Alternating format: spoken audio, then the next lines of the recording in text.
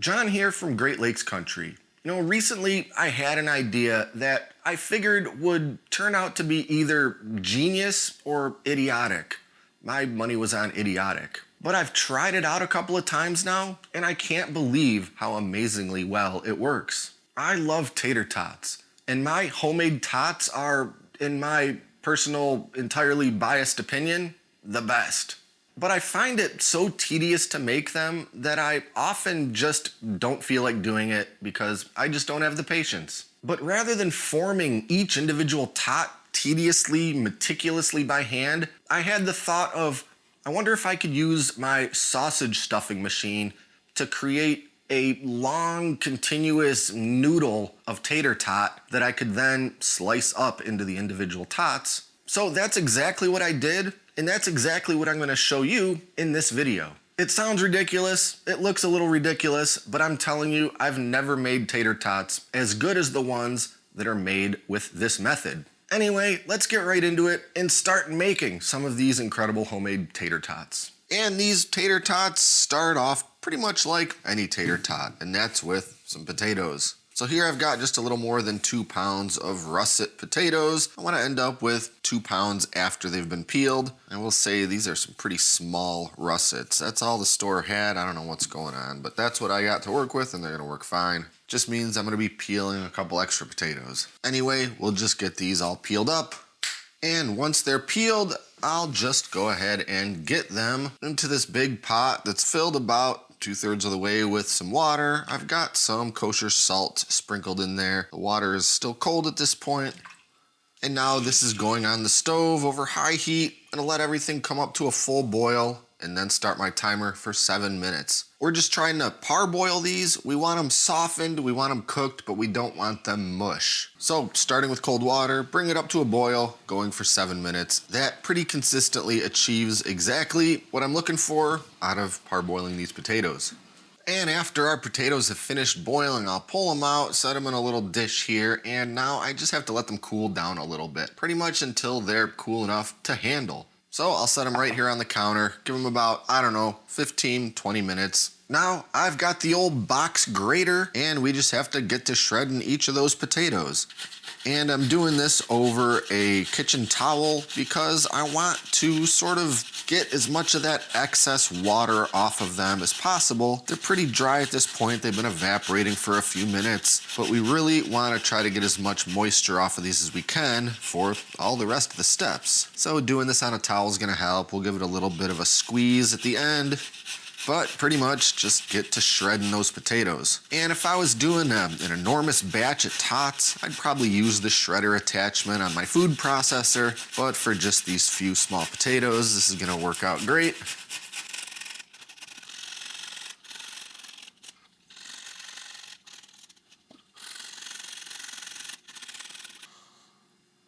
Now we can just sort of bundle this whole thing up in that towel, give it a little squeeze, give it a little squish, just maybe press out a little bit more of the liquid that might still be kind of sitting on any of those shreds. It's not gonna be so much that it saturates through the towel and starts dripping. And then we can just sort of dump all of those shreds right into a big bowl. At this point, all we really have are shredded up potatoes. And now is the time when we gotta start adding some stuff to it. First, a tablespoon of all-purpose flour, sprinkle that over top, and a few dry seasonings. A teaspoon of garlic powder, teaspoon of onion powder, half a teaspoon of black pepper, and about a teaspoon of kosher salt. Now for an ordinary kind of tater tot where you're just gonna be making them all by hand, that's everything you need. We just start getting everything mixed and folded and squished into all those potato shreds. But since I am gonna be putting this all into a sausage stuffing machine, and these starchy floured potatoes have a tendency to get pretty dense and sort of sticky, I have found that incorporating just a little bit of lubrication in there really makes a big difference in the form of about a tablespoon of some vegetable oil. And now I can really get in there and start mixing everything together. Don't have to go too crazy, just make sure all the dry seasonings and the oil and the flour are fully incorporated throughout all those shreds.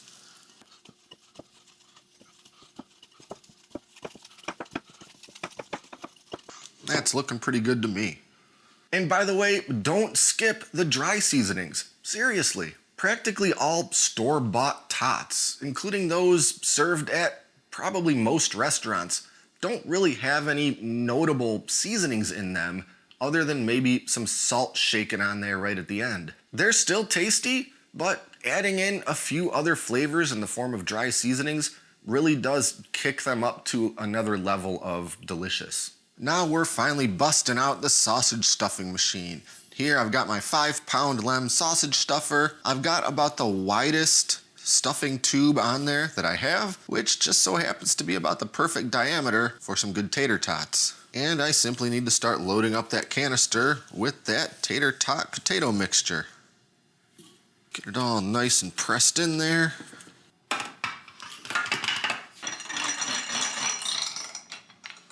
Now we just need to start cranking out some tater tot, I guess I'll call them sausages or noodles, big long cylinders of potato that we'll cut into individual tots a little later. Now, unlike actual sausage made of fatty meat, these little potato logs aren't gonna slide very effortlessly across anything. The cutting board, even the parchment paper. So I found that I need to help them along a little bit as they go by either using a piece of parchment paper and just sort of dragging it along as these things come out, just to make sure that they come out in one piece and don't snag or break. And then when I'm at about as long as I want the thing to be based on the width of this parchment paper and therefore a cookie sheet, I'll just give it a little slice with a sharp knife. And there's our first little potato log. Alternatively, I could use something like a long spatula with a little bit of cooking spray on it to pretty much achieve the same thing. Really just trying to make sure they stay in one long piece, because if they start breaking, well, then that kind of defeats the whole purpose of what we're doing here. Anyway, I'll just keep going, crank the rest of these out until I've used up all my potato mixture, and we can move on. And once I've got all of my little thin logs of potato, I need to put them into the freezer for just a little while, about 20 minutes. I need to get them a little bit more firmed up before I try cutting them into individual tots. Because if I do it when they're still quite soft like they have a tendency to squish more than cut into one nice clean little piece. So I'll carefully move this whole thing with the parchment paper onto a baking sheet. Make sure they're just a little bit spread out so they're not touching each other. Put it in the freezer for about 20 minutes. All right, our little potato noodles have firmed up in the freezer, so now we can start cutting them into some individual tater tots. Pretty much, I'm just gonna kind of eyeball it about how wide I think a tater tot ought to be, and just gently slice through. Very sharp knife, and we just repeat.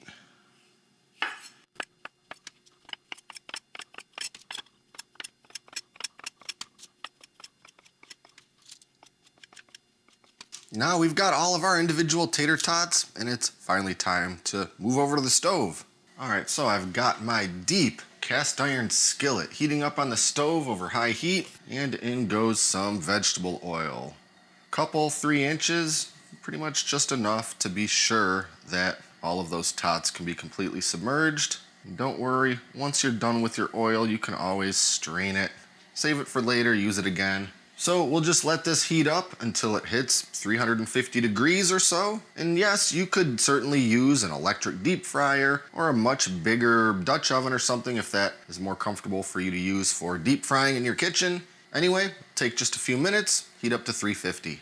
And that gives us just enough time to make ourselves a quick little dipping sauce. And the possibilities for a dipping sauce are endless.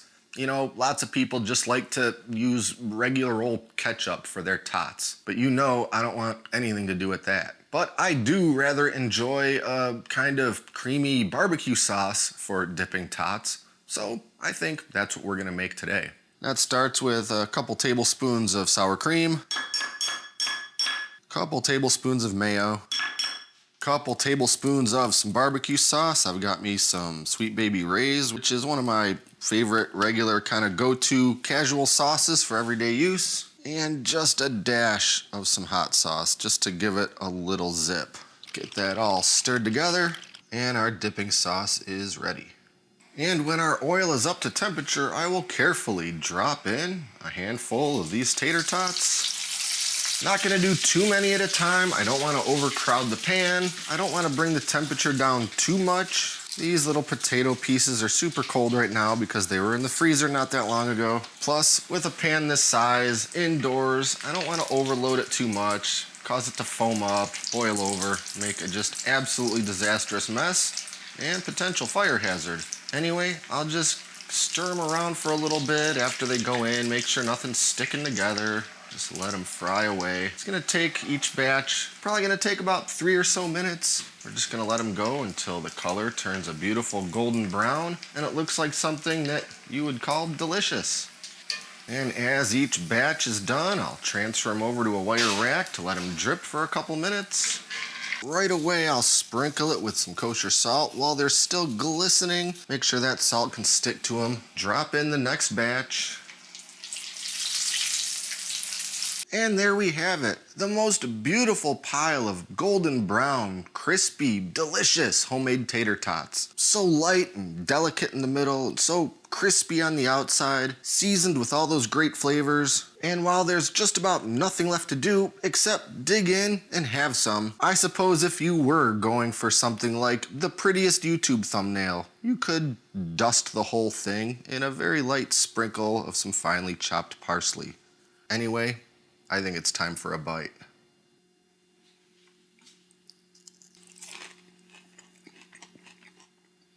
Hands down, best tater tots I've ever had. There's no question about it. I enjoy a frozen tater tot from the store or from a restaurant just fine. But these, there's just something about them you can't beat with any non-homemade version.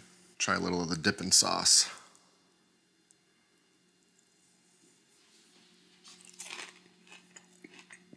My normal go-to is just a little bit of barbecue sauce, but the creamy version with a dash of hot sauce in there, that's definitely a welcome upgrade.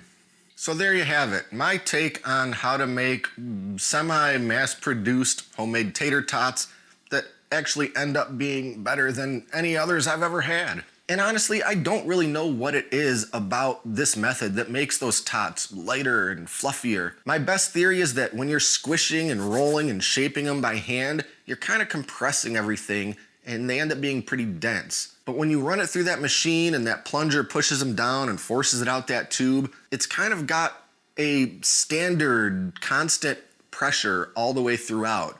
And that pressure is just enough for what's needed to force that mixture out. And it ends up being enough pressure to keep them all together so I can turn them into individual tater tots, but maybe not so much that it really squishes and crushes and compacts them into a dense little thing. I'm not exactly sure. All I know is that they come out great, and I'm definitely gonna be doing this again probably every time I ever make tots from now on. No, of course, you don't have to do all that and use a sausage stuffing machine. You could certainly do it the regular way, tediously, and sculpt each one by hand. Nothing wrong with that, but I do really recommend trying this recipe, or at the very least, make sure to mix in some dry seasonings into those potato shreds. It just elevates it to such a delicious place. Instead of just shaking salt on it at the end, mix in a little garlic powder. If you like more of an herbaceous thing, try some, I don't know, oregano. Anyway, I guess that's all for now. As always, I'll put a link in the video description to the full written out recipe if you do want to make some homemade tater tots yourself. In the meantime, be sure to like and subscribe and stay up to date with all our latest stuff, including future food videos. Thanks for watching, and until next time, I'm John, and this is Great Lakes Country.